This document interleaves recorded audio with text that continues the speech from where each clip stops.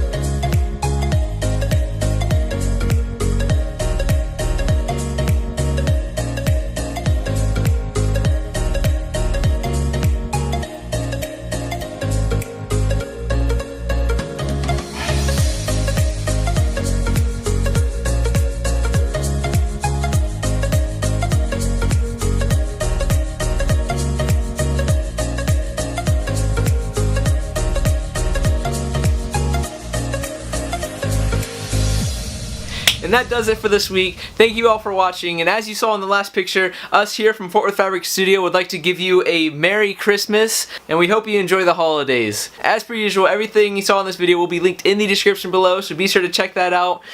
If you have any questions, comments, concerns, leave that in the comment section below as well. Like this video if you enjoyed it. Hit the subscribe button with the bell next to it so you get notified when we upload, and we'll see you next week.